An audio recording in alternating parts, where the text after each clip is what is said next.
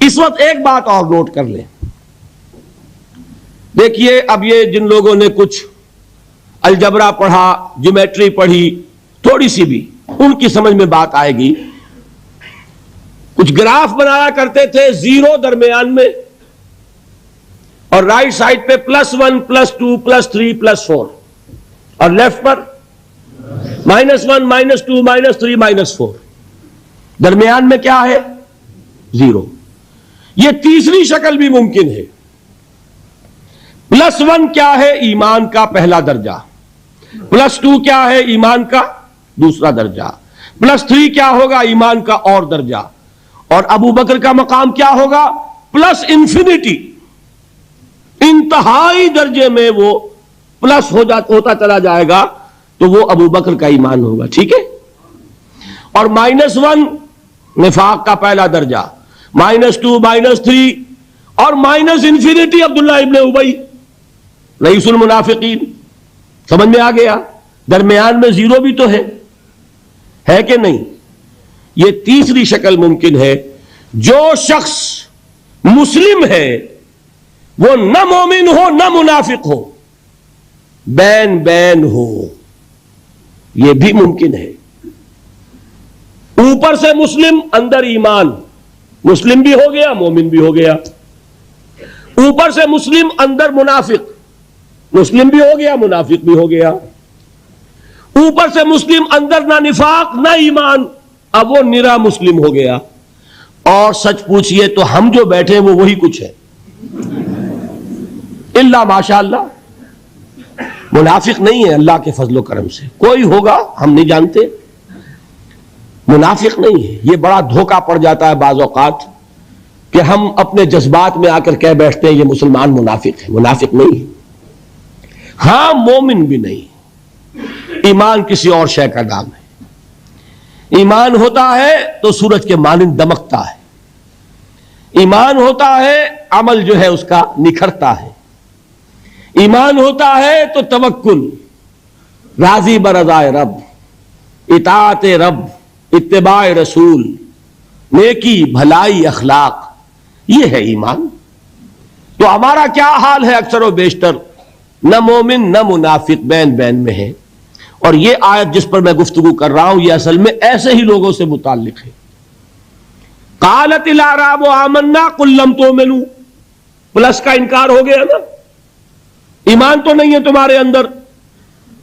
ولکن قولوا اسلمنا، درمیان میں آ گئے. ولما يدخل الايمان في قلوبكم، مزید تاکید ہو گئی ایمان تمہارے دلوں میں داخل نہیں ہوا. لیکن اب آگے چلیے، وَإِن تُطِيعُوا اللَّهَ وَرَسُولَهُ لَا يَلِدْكُم مِّنْ أَعْمَالِكُمْ شَيْئًا، اگر تم اللہ اور اس کے رسول کی اطاعت کرتے رہو گے اللہ تمہارے عمل میں کوئی کمی نہیں کرے گا. اس سے ثابت ہو گیا منافق بھی نہیں، اس لیے کہ منافق کا کوئی عمل قبول نہیں. منافق تو وہ مائنس ویلیو ہے، اس کے ساتھ کوئی نیکی قبول ہو نہیں سکتی.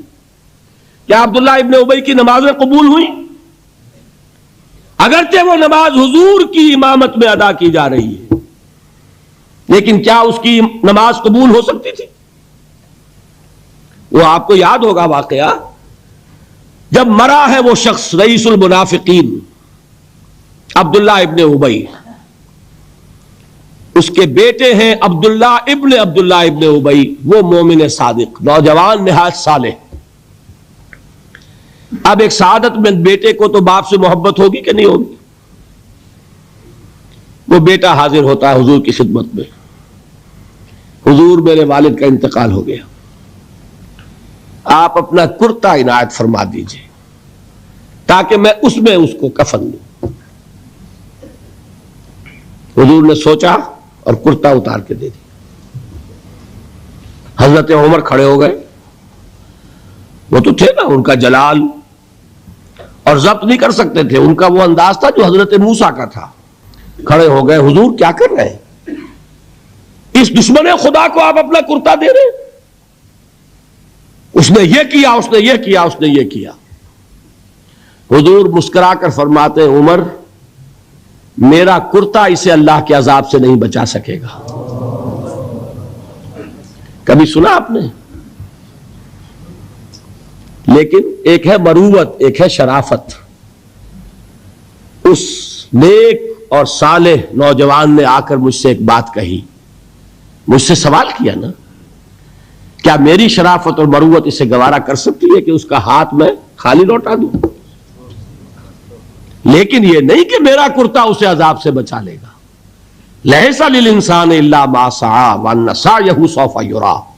نہیں ہے انسان کے لیے مگر وہی کچھ جس کے لیے اس نے محنت کی، بھاگ دوڑ کی. جو کمائی کی ہے وہی ملے گا، اور جو کمائی ہے وہ ضائع نہیں کی جائے گی، وہ دکھا دی جائے گی، یہ ہے تمہاری کمائی. تو انسان کا معاملہ تو عمل سے ہے نا. اور میں یہ بھی بتا دوں، لطیف باتیں ہیں یہ کرتا حضور نے دیا کیوں؟ ایک تو آپ کی شرافت اور مروت. اسی شرافت اور مروت کا ایک اور پہلو یہ تھا، حضور اس شخص کا ایک احسان اپنے اوپر سمجھتے تھے. غزوہ بدر میں حضرت عباس حضور کے چچا کفار کی طرف سے آئے تھے، ایمان نہیں لائے تھے اس وقت تک، اور وہ اسیران بدر میں تھے. بدر کی جنگ کے بعد جو قیدی تھے ان میں عباس بھی ہیں رضی اللہ تعالی عنہ. ان کو پاس کرتا نہیں تھا، کرتے کی ضرورت پیش آئی. وہ طویل القامت انسان تھے. عبداللہ ابن ابی نے اس وقت کرتا دیا تھا عباس کو. اس کو محمد الرسول اللہ اپنے اوپر ایک احسان سمجھتے تھے کہ میرے چچا کو اس شخص نے ایک وقت میں کرتا دیا تھا. آج در حقیقت محمد الرسول اللہ صلی اللہ علیہ وسلم نے اپنے اس احسان کا بدلہ چکایا ہے. بہرحال بات جو ہو رہی تھی اس کو سمجھیے. منافق اندر جو کچھ ہے وہ ہے اور اللہ جانتا ہے. اللہ کا رسول جانتا تھا لیکن اس نے اس کو چھپایا اور تاکید کر دی، جس کو بتایا بھی. ایک صاحب حضرت حذیفہ ابن یمان، کچھ منافقوں کے نام بتا دیے تھے آپ نے. یہ میں واقعہ آپ کو پورا سناؤں گا جبکہ نفاق پر گفتگو ہوگی، لیکن ساتھ ہی کہہ دیا تھا دیکھنا کسی کو بتانا نہیں، یہ میرا راز ہے تمہارے پاس. بہرحال یہ بات سمجھ لیں، قانوناً ایک شخص مسلمان ہے، حقیقت کے اعتبار سے اس کی تین شکلیں ہو سکتی ہیں. یا مثبت طور پر مومن اور ایمان کے درجات بے شمار ہوں گے، +1 سے لے کر +انفینٹی تک. یا منفی طور پر منافق، -1 سے لے کر اور -انفینٹی تک. اور درمیان میں ایک زیرو کا مقام بھی ہے، نہ منافق نہ مومن، بس وہ مسلمان ہے. وہ ہے جس کو فرمایا گیا ان تطیعوا اللہ ورسولہ. دیکھو ایمان تو تمہارے دلوں میں نہیں ہے، لیکن اگر تم اطاعت کرتے رہو گے اللہ کے اور اس کے رسول کی، اس حالت میں لا یلدکم من اعمالکم شیئا، اللہ تمہارے اعمال میں کوئی کمی نہیں کرے گا، اس کے اجر و ثواب سے تمہیں محروم نہیں رکھے گا.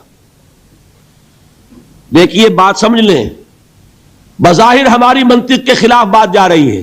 ایمان کے بغیر عمل قبول ہونا چاہیے؟ بڑی آسانی سے آپ کہہ دیں گے نہیں ہونا چاہیے، لیکن آپ سوچ لیجئے سب سے زیادہ خطرہ پھر ہم ہی کو ہوگا کہ ہماری یہ نمازیں بھی قبول ہوگی کہ نہیں ہوگی. وہ ایمان ہے کہ نہیں ہے، وہ دلی یقین والا ایمان. قانون ایمان تو ہے، سب کو ہے، میرے پاس بھی ہے، آپ کے پاس بھی ہے. یہی وجہ ہے دیکھیے کہ اللہ تعالیٰ نے اپنی یہاں 2 صفات کا حوالہ دیا. یہ جو قرآن مجید کی آیات عموماً ختم ہوتی ہیں اللہ کے اسماء و صفات پر، وَهُوَ السَّمِيعُ الْبَصِيرُ وَهُوَ الْعَزِيزُ الْحَكِيمُ وَهُوَ الْعَلِيمُ الْخَبِيرُ. تو آپ کا کیا خیال ہے الٹپ آتی ہیں؟ یہ بڑی حکمت کے ساتھ آتی ہیں، مضمون کے ساتھ، مناسبت کے ساتھ. اللہ کی صفات، اللہ کے نام خاص سبب ہے. یہاں فرمایا، آیت ختم ہوئی ان اللہ غفور الرحیم. یہ اللہ کی شان غفاری اور شان رحیمی کا صدقہ ہے کہ اس حالت میں بھی اطاعت کرو گے تو اللہ قبول فرما لے گا. ورنہ صحیح بات تو یہی بنتی ہے کہ ایمان کے بغیر اطاعت قبول نہ ہو. بات سمجھ میں آئی؟ یہ رعایت دی جا رہی ہے تمہیں کہ اگرچہ تمہارے دلوں میں ایمان داخل نہیں ہوا، تاحال لم تؤمنوا، تم ہرگز مومن نہیں کہہ سکتے اپنے آپ کو صرف مسلمان کہہ سکتے ہو. لیکن اگر اس حال میں بھی اطاعت کرتے رہو گے تو اللہ تعالیٰ تمہارے اعمال کے اجر و ثواب کو روکے گا نہیں. تو وہ غفور ہے، وہ رحیم ہے.